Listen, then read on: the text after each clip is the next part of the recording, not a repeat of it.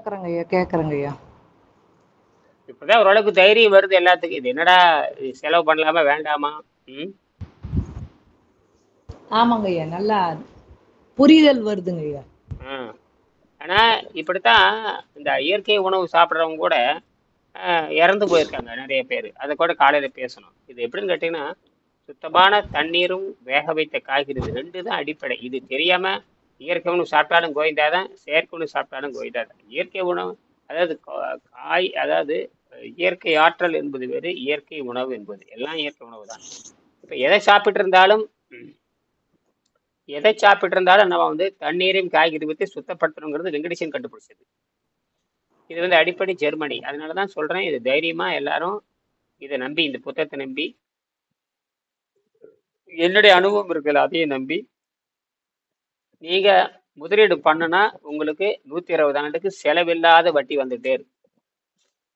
அதைத்தான் நான் ஒவ்வொரு முறையும் பேசுறேன். அதனால இதை சேருகின்றவங்க பொருள் வசதி, அந்த மனதைரியம், தொடர்ந்து செய்யணுங்கிற எண்ணம் இருந்தால் தான் சேரணும். பொருள் வசதி வேணும், முதல்ல பொருள் வசதி வேணும். அப்புறம் தொடர்ந்து ஆராய்ச்சி பண்ணணும். தொடர்ந்து ஒரு மாணவன் மாதிரி செயல்பட்டா மட்டும்தான் தப்பிக்க முடியும். இது எடுத்தேன் கவிழ்த்தேன் செய்ய முடியாது. இதை போன போக்கில் மருந்து மாத்திரை சாப்பிட்டோம், ஒரு லேகி வாங்கி தின்னோம், நல்லா இல்லையா அடுத்து கொண்டு போகலாம், அப்படிலாம் இருக்க முடியாது. இது கடைசி வரைக்கும் சுத்தப்படுத்திட்டே தான் இருக்கணும். சாப்பிட்டா சுத்தப்படுத்திடணும், சாப்பிட்டா தண்ணிக்கு போயிடணும், சுத்தப்படுத்தியே பார்ப்பத சுத்த ரத்த. இந்த சுத்த ரத்தத்தில் தான் நீங்கள் எய்ட்ஸ் நோய் வராது, மற்ற எந்த நோயும் வராது. எய்ட்ஸ் ஏதோ நோயெல்லாம் சொல்றானுங்க, அந்த எந்த நோயும் வராது. இப்போ கூட அதை தான் படிச்சுட்டு இருக்கிறேன். இது எல்லாமே ரத்தம் கெட்டு போயதுனால தான் வருதுன்னு சொல்ல மாட்டேங்கிறானுங்க. ஏன்னா ரத்தம் கெட்டு போயிட்டா தான் வருதுங்கிறது சொல்ல தெரியாது மருத்துவர்களுக்கு. ரத்தம் கெட்டு போய் தான் நோய் வருதுன்னு சொல்லணும். நம்ம கிருமியினால் நோய் வருதுங்கிறேன். கிருமி ஏன் வருது? ரத்தம் கெட்டு போனாலும் வருது. கிருமி எங்கிருந்து வரும்? கிருமி எங்கிருந்து வருங்க நல்லமுத்து? ஐயா ரத்தம் கெட்டு போனா தாங்க வரும், சுத்த ரத்தத்துல எப்படிங்க வரும்? கிருமி என்பது உடம்புக்குள்ளேயே இருக்கிறது. கிருமிங்கிறது வெளியிருந்து வர்றது 1 விழுக்காடு 2 விழுக்காடு. ஆனால் நம்ம உடம்பு கிருமினால தான் ஆளப்பாடு. நம்ம உடம்பே பல லட்சம் கோடி ஒரு எச்சில் எடுத்து வச்சீங்கன்னா அதுல பல லட்சம் கிருமிகள் இருக்கும். அது ரெண்டா பிரிக்கலாம். அது நன்மை செய்கிறது, தீமை செய்கிறது, அவ்வளவுதான். இது என்னன்னா, உணவை தீமையாக மாற்றுகின்றதா இருக்குது. நான் வந்து தீமையான உணவு தான் சாப்பிட்றேன். மனம் விரும்பி ஆரோக்கியத்துக்கு நம்ம சாப்பிட்றது இல்லை, மன விரும்பி சுவைக்காக திங்கிறோம், அவ்வளவுதான். மன விரும்பி சுவைக்காக சாப்பிட்றோம். கனிகள் சாப்பிட்றது சுவைக்காக இல்லை. கனிவை சாப்பிட்றது குழந்தைகளை வந்து குழந்தைகளுக்கு வந்து மலச்சிக்கல் இல்லாம பார்த்து கொள்வதற்கு தான் குழந்தைகளுக்கு உணவு கொடுக்குறேன். குழந்தைகளுக்கு ஏன் இயற்கை உணவு நேரடியாக வேகடிக்கப்பட்ட உணவு. பழங்கள்ல இயற்கை உணவு நேரடியாக இயற்கையால் வேகடிக்கப்பட்டு சமைத்து தரப்பட்ட உணவு தான் இயற்கை உணவுன்னு பேரு. அது பழங்கள். அந்த பழங்கள் வந்து குழந்தைகளுக்கு கொஞ்ச நாள் அது அசைவத்தில் இருக்கும், தாய்ப்பாலை குடிக்கிறவருக்கு அசைவத்தில் இருக்கும், கொஞ்சம் மாசம் அது ஒரு 1.5 வருஷம் இருக்கு. அதுக்கப்புறம் அந்த குழந்தைகளுக்கு அந்த விஷத்தை இழுத்து இழுத்து வெளிவிடணும். பசி வரும், இழுத்து விடணும், பசி வரணும், இழுத்து விடணும். அது வந்து அடப்பு இல்லாம அது இழுத்து இழுத்து அது சளி சேராம கொடுத்துக்கிட்டே வரணும். பழங்கள் தான் சளி சேர்த்த விடாம அவங்க பண்ண தண்ணீர் பழம் தண்ணீரும் கொடுக்கணும், பழங்களும் கொடுக்கணும், தண்ணீரும் கொடுக்கணும், பழங்களும் கொடுக்கணும். கொடுத்து வர்ற பிறகு அது போயிட்டே இருக்கு. நம்ம கெட்டு தொலைச்சிட்டோம், நம்ம கெட்டு நாசமா போயாச்சு. நம்ம என்ன பண்ணோம்னா நேரடியே தண்ணிக்கும் காய்கறிக்கும் மாறி நமக்கு பழம் சாப்பிட்ற யோகியதையே கிடையாது. என்ன கிடையாது? பதிலே காணும். பழம் சாப்பிடுற தகுதியே நமக்கு கிடையாதுங்கய்யா. இது மண்டையில ஏறுதான்னு பாருங்க எல்லாத்துக்கும். நடராஜுக்கு மண்டையில ஏறுதா? நடராஜ் விளையாட தெரியுது. டயர்ல பிரஷர் ஏறுதான்னு கேட்டவா? லாரி டயர்ல பிரஷர் ஏறுற மாதிரி ஏறுதான்னு கேட்டேன். பழங்கள் நமக்கு ஏத்த உணவு இல்லைன்னு தெரியுதுங்க. ஏன் பழங்கள் இல்லைன்னா முதல் சுத்தம் பண்ணிட்டு தான். முதல் சுத்தம் பண்றதுக்கு பழங்கள் முதல் சுத்தம் பண்ணணும். இந்த சுத்தம் பண்ண தெரியாதனாலதான் இயற்கை உணவு சாப்பிட்டவங்க கூட பட்டினி இருந்து செத்து போயிருக்கான். ராமகிருஷ்ணன் என்பவர் மிகப்பெரிய அறிவாளி. அந்த அறிவாளி என்ன பண்ணியிருக்காருன்னு கேட்டீங்கன்னா, திடீர்னு உணவு நிறுத்திட்டாரு. அவர் எதுவும் பழங்கள் தேங்காய் பழம் சாப்பிட்றது நிறுத்திட்டு தண்ணி அப்படி நிறுத்திட்டாரு. அப்புறம் தண்ணி குடிக்கிறது நிறுத்திட்டாரு. என்ன ஆகி போச்சுன்னா உடம்பு இறுகி போச்சு. உடம்பு இறுகி மலத்துவாரம்ல இறுகிடுது. மலத்துவாரம் இறுகி வலி பிடிச்சிருச்சு. என்னது? மலதுவாரம் இறங்கி வலி பிடிச்சிருச்சு. யார் போய் சேர்ந்துட்டாரு. இது என்ன பண்ணிருக்கணும்னு கேட்டீங்கன்னா, அது செத்து போனது ரைட், முடிஞ்சு போச்சு. காலையில் 2 நாள் நேத்தா பேசினேன். செத்து போன மாடு இருந்தது, அது பொத்து போன களையும் இருந்து பொத்து போன களை நிறைய பால் கறந்தேன். செத்து போன மாடு இருந்தது, பொத்து போன களை நிறைய பால் கறந்தேங்கிற மாதிரி தான். இருந்தாலும் அது ஏன் செத்து போனார் என்பதை நம்ம கவனமா எடுத்துக்கணும். அதில் இந்த புத்தகத்துல பாத்தீங்கன்னா, இந்த புத்தகத்துல தவறான நோன்பை முடித்ததன் காரணங்கள் அவர்கள் இறந்து போனார்னு சொல்லிட்டு இதுல இருக்கு. அதாவது இதுக்கு கடுமையான நோயாளி. இந்த புத்தகத்துல நீங்க படிச்சிருப்பீங்க. எந்த இடத்துல இருக்குன்னு தெரியுமா நல்லமுத்து? தவறான நோன்பு தவறாக முடிக்கப்பட்ட, அதாவது உணவு தவறாக இருந்த காரணத்தினால் அந்த உணவு அந்த உணவு சளியை சுத்தி மடக்கு வாரத்தை அடைச்சதுனால் அவங்க இறந்துட்டாங்க. நோன்பு மனிதனை சாகடிக்காது. அந்த நச்சு வெளியேற்றப்படாததுனாலும் தவறான உணவினால் முடிக்கப்பட்டதுனாலும் நச்சு வெளியேற்றப்படணும்.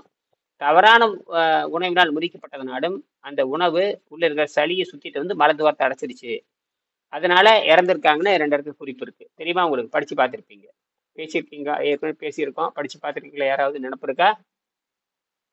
இருந்ததை பக்கத்துல எடுங்க.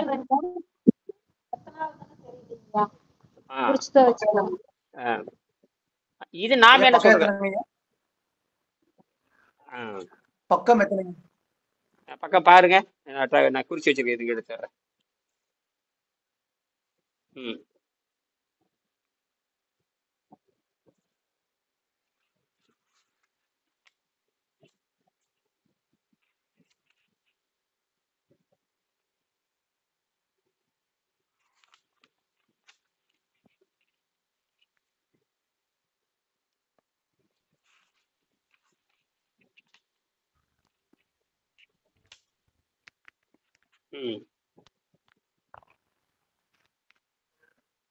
இந்த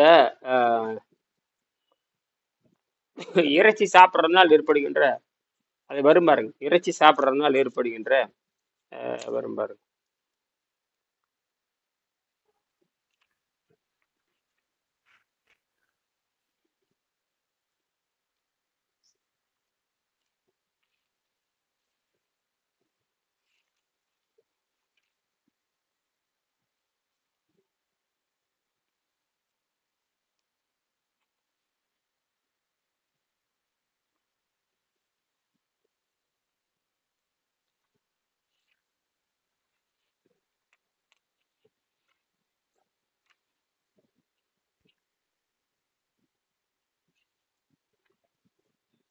ராமகிருஷ்ணன் என்பவர் ஒரு நல்ல இயற்கை மருத்துவர்.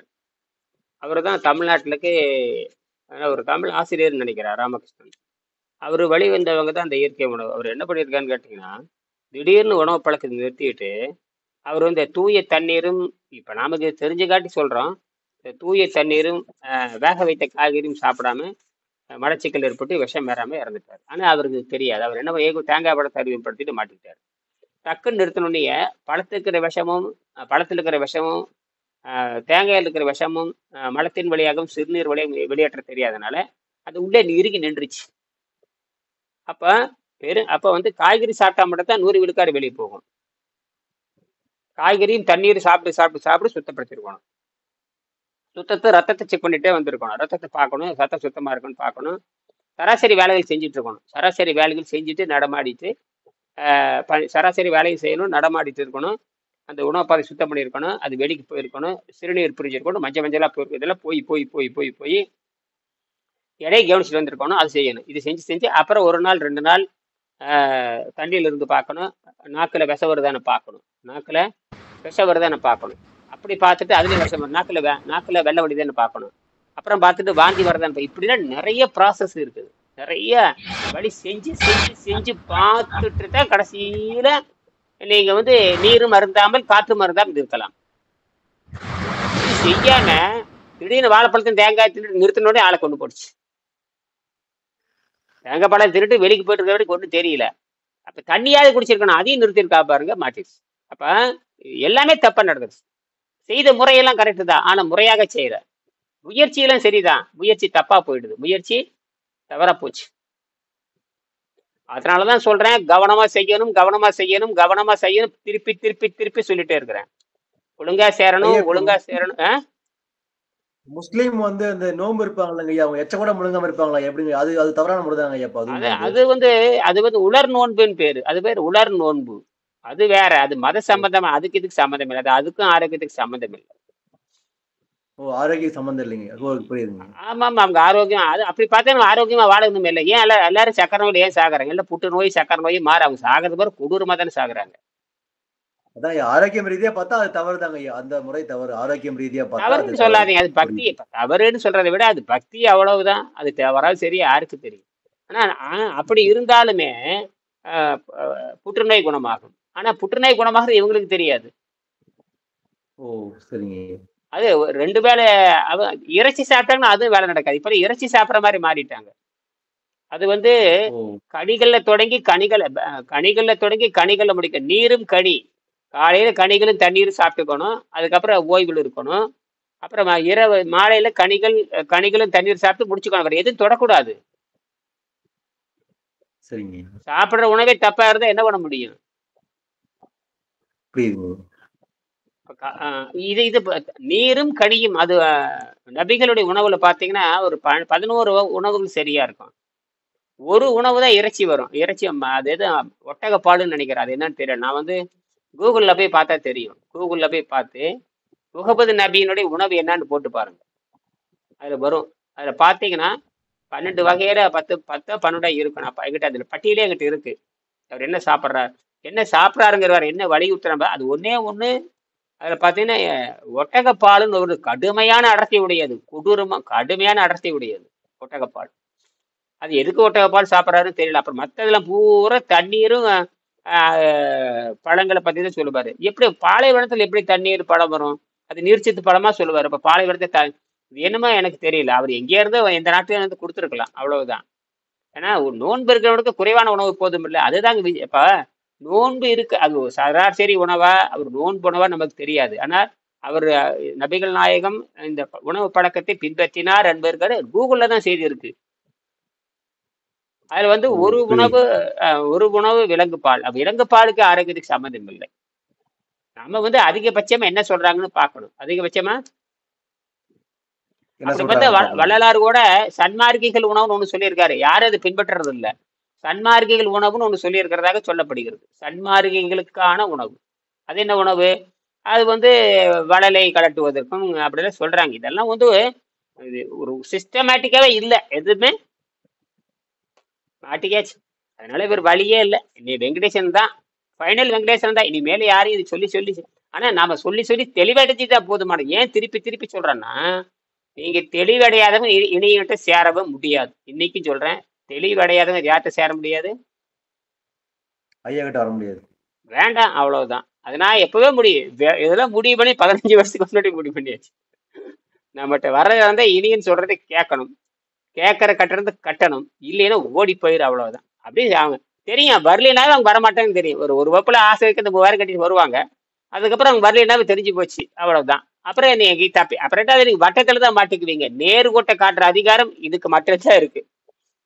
நேர்கோட்டுக்கு முடிவு கிடையாது. நேர்கோட்டுக்கு முடிவு கிடையாது. வட்டக்கோட்டுக்கு முடிவு கிடையாது. வட்டக்கோட்டுக்கு சுத்தி அங்கேயே வருவீங்க. சுத்தி அங்கேயேதான் வந்தாகணும். தப்பு பண்ண இடத்துக்கு வந்துருவீங்க. எங்க வந்து நிற்பீங்க? திரும்ப தப்பு பண்ண இடத்துக்கு வந்து நிற்பீங்க. அப்ப நீங்க பொருளை நீங்க கொடுக்கலீங்கன்னா அவ்வளவுதான். அவங்க ஆணவத்துல ஒழிச்சிடணும். இங்க வர்றவங்க இணையிட்ட வரணும்னா ஆணவத்தை ஒழிச்சு கைப்பொருளை இழக்காம ஒரு கடுகளவு பெற்றுக்கொள்ள முடியாது. எனக்கு வருஷத்துக்கு சில பேர் இருந்தா, நான் என்னோட லிஸ்டே வந்து வருஷத்துக்கு சில பேர் 12 பேர். அதாவது 12 பேர் தான் என்னுடைய கணக்கே. அவ்வளவு வருஷத்துக்கு 12 பேர், அவ்வளவுதான். இன்னும் இந்த இலக்கு நான் அடையல. 12 பேர் நான் சொல்ற மாதிரி இதே மாதிரி விவாதம் பண்ணி வரணும். அதே இலக்கு என்ற இலக்கு. யாராரும் கவனிக்கிறீங்க? 3000 கட்டி, இப்ப 3000 கட்டாதவங்க கூட சில பேர் இருக்காங்க. அதையும் சொல்லிட்டேன், கட்டிட்டு உள்ள வாங்கன்னு சொல்லிட்டேன். கட்டிட்டு உள்ள வாங்க. ஒரு வாரம் வந்தீங்க, சரி. சும்மா பார்த்துட்டே இருந்தா கேள்வி மட்டும் கேட்க தெரியுது இல்ல, கட்டணம் பார்க்க அனுப்புறமில்ல, அது கட்டிட்டு தானே வரணும். அந்த உணர்வு இருக்கணுமே இல்லையா? அது இல்லாம கேள்வி கேட்டே இருந்தா அதையும் போட்டு விட்டேன் நிறைய பேருக்கு. அதெல்லாம் அப்பப்ப கத்திரிச்சு விட்டுறோம். அப்ப எதுக்கு நீ வந்து தெரிஞ்சு என்ன பண்ண போற? நீ அறிவாளியே எனக்கு என்ன பிரயோஜனம்? நீ அறிவாளியே எதுவே பிரயோஜனம்? ஏன் ராமலிங்கம்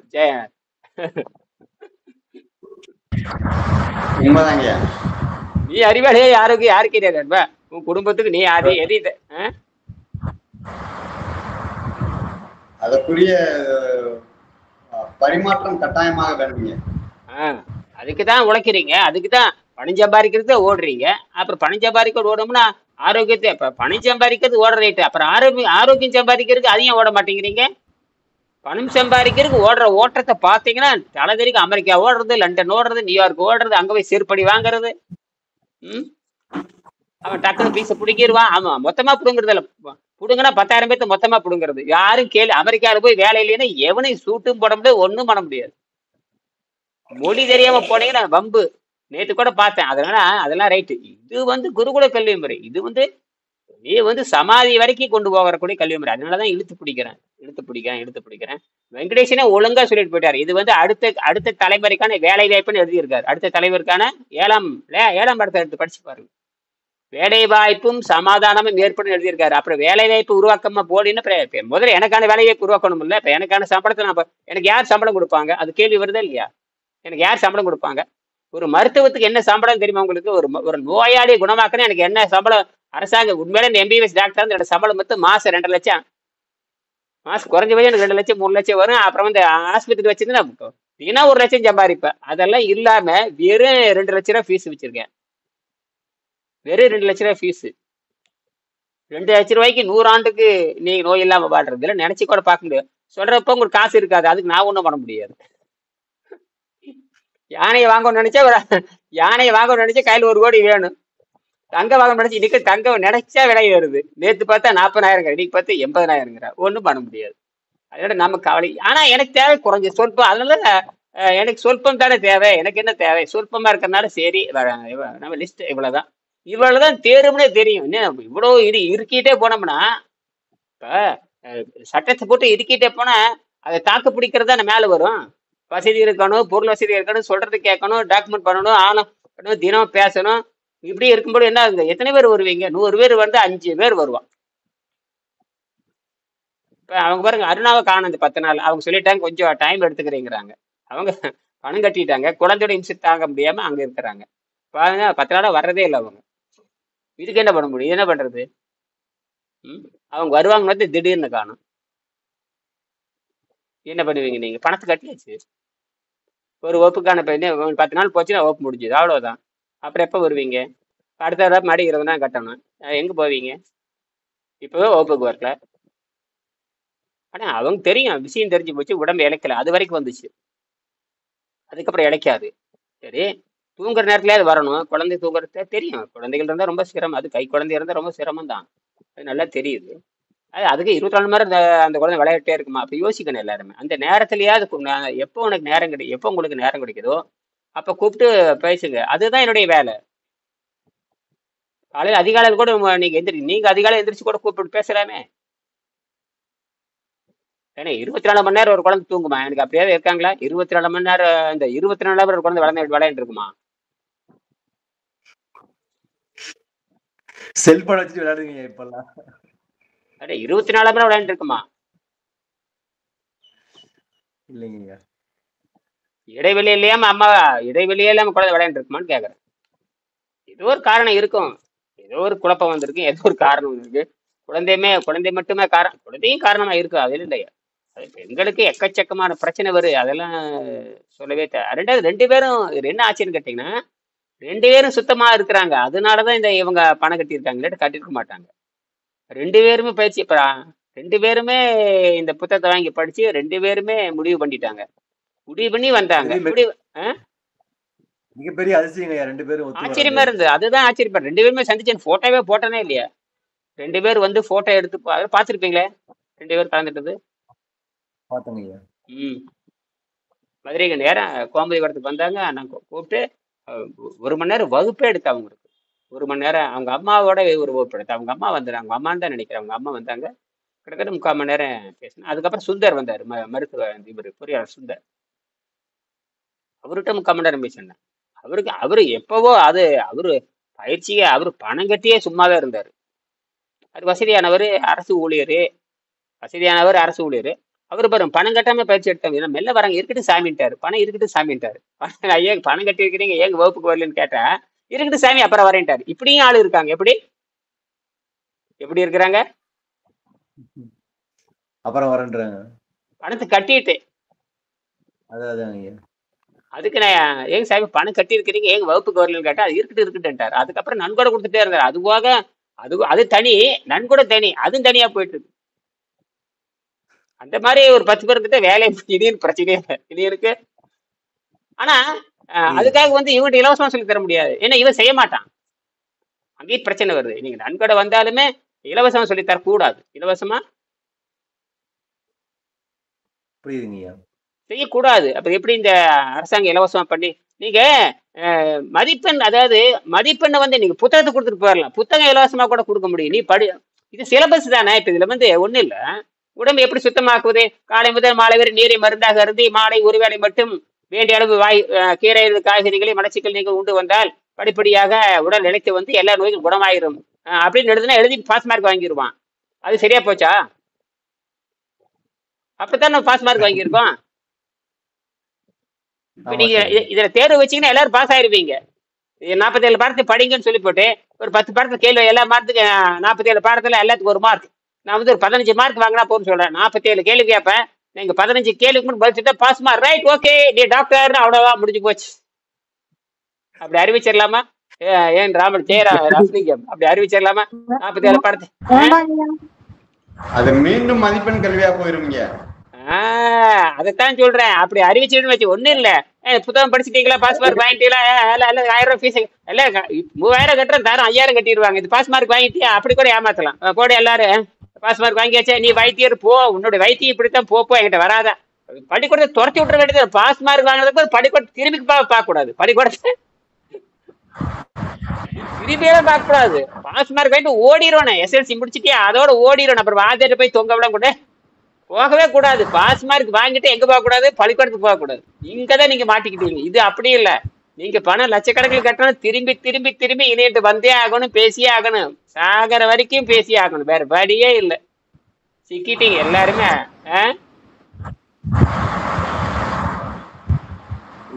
இப்ப புரியுதா உங்களுக்கு? என்ன சிக்கல்னு புரியுதா? அதனால ரொம்ப ஆராய்ச்சி பண்ணுங்க. ரொம்ப ஆராய்ச்சி பண்ணி கைப்பொருளை இழந்து கைப்பொருள், அதென்ன கைப்பொருள் தண்ணில் மெய்ப்பொருள் கல்விங்கிறாரு. கைப்பொருள் தண்ணில், கைப்பொருள்னாவே மெய்ப்பொருள்ங்கிறாரு. அது என்ன மெய்ப்பொருள்? கைப்பொருள்னா அது தங்கம் வைரம் சொல்ல வேண்டியது தானே. ஏன் அது சொல்ல மாட்டேங்கிறீங்க? தங்கம் வைரம் வச்சு சொல்லிக்க வேண்டியதானே. அப்படி பாருங்க, அமெரிக்காவுக்கு நிறைய தங்கம் இருக்குது, சைனாக்கு ஏன் சண்டை போட்டு இருக்கானுங்க பாருங்க எல்லாருமே. அது பிசினஸ் சண்டை. அமெரிக்காங்கிட்ட இருந்த பணமான்னு கேட்கறேன். அவன் பணத்தை வச்சு அவனால திருப்தி காண முடியல பாருங்க. அவன் பிரச்சனை, அவன் நாளுக்கு மேல பிரச்சனை அதிகமாயிட்டே போகுது. பச்சா பணம் அவ்வளவு பெரிய பணக்கார, உலகத்திலே பெரிய பணக்கார அமெரிக்கா நடக்கிறீங்க. அங்க இப்ப பிரச்சனை பயங்கரமா போயிட்டு இருக்குது. சைனாக்காரங்க அவனுக்கு சண்டை. என்னடா சின்ன பொருளாதார சண்டை. யார் வியாபாரி, யார் பெரிய வியாபாரின்னு சண்டை போடுறது. இப்ப இவனுங்களை இதேதான் மதம் நடக்குது. மதத்துல யார பெரிய மதம்? மனிதனுக்கு என்ன தேவையோ அது இந்த 6ஆம் நிலையில கொடுக்காது, பகுத்தறிவு நிலை. இது நாம என்ன பண்றோம்னா மனிதனை கடைசி வரைக்கும் முன்னேற்றுவது. எழுதியிருக்காரு பாரு, கடைசி வரை மனிதனை முன்னேற்றி அவன் விண்வெளி வாழ்க்கை குடியேற அளவுக்கு அந்த ஆசிரியர் அந்த மாணவனுக்கு உதவி செய்ய வேண்டும். அது என்னது? ஆசிரியர் கடைசி வரைக்கும் ஒரு முன்னேற வரைக்கும் ஆசிரியர் வந்து மாணவனுக்கு உதவி செய்ய வேண்டும். அப்புறம் வாத்தியாருக்கு சம்பளம் கொடுக்கறதாரு. அது வருதா இல்லையா? இந்த காலத்துக்கு வாத்தியாருக்கு ஆசிரியருக்கு யார் சம்பளம் கொடுத்தானா? அந்த ஊர் இருக்கிற பணக்காரங்களாம் சேர்ந்து, ஜமீன்தார்கள் எல்லாம் எந்த மாதிரி மாறியவருங்க, அறக்கட்டளையில் இருக்கிறவங்க எப்படி தியாக மனப்பான்மை இருப்பானோ அப்படி இருந்துதான் அந்த ஆசிரியர் பெருமக்களுக்கு. அந்த ஆசிரியர், அந்த மாணவன் கூட 12 ஆண்டு ஆசிரியரோடு, அது பேரு உண்டு உறைவிட பள்ளின்னு பேரு. உண்டு உறைவிட பள்ளி அங்கதான் இருக்கணும். அதாவது அங்க ஏழையும் இந்த ராஜாவுடைய பையனும் அங்க சாதாரணமா படிப்பான். சாதாரண ஏழை குடியானவன் பையன் அங்க படிப்பான். அங்க வந்து பேதமே கிடையாது. அங்க என்னது அதெல்லாம் நினைச்சு கூட பார்க்க முடியாது. இந்த சிஸ்டத்தை குறைச்சவனே இந்த வெள்ளைக்காரன் முண்டை தான் வந்து குறைச்சான். கான்வென்ட்டுங்கிற பேர் வந்து பணக்காரன் மட்டும் சேர்த்தனான். அவன் அந்த நாய் தான் நாட்டுக்கு எடுத்தது. கான்வென்ட்டுங்கிற சிஸ்டத்தை கொண்டு வந்து பிரசிடென்சின்னு ஒன்று கொண்டு வந்தான். பிரசிடென்சினாலும் வெள்ளைக்காரனுடைய அமைப்பு தான். கான்வென்ட்னு அவன் தான் அமைப்பு தான். அவன் தான் தலைநகரத்துல கொண்டு வந்தான். சச்சிவராமன் கூட கான்வென்ட்ல படிச்சவர் தான். அப்புறம் பிரசிடென்சி காலில் படிச்சவர் தான். அதனால அவர் சொந்தமா மூளை, அவர் வந்து சொந்தமா மூளை வந்து அவர் சொந்தமாவே ஆய்வகம். யாரும் பண உதவி இல்லைன்னா ஒரு ஆய்வகம் கட்ட முடியாது. ஆராய்ச்சி மையம் கட்டுறதுன்னு சாதாரண விஷயம் இல்லை. அவர் சொந்தமா ஆய்வகம் வச்சுதான். அப்ப அப்படிதான் இந்தியாவோட ஆய்வகமே இல்லைன்னு அர்த்தம். இந்தியாவுல செய்முறையே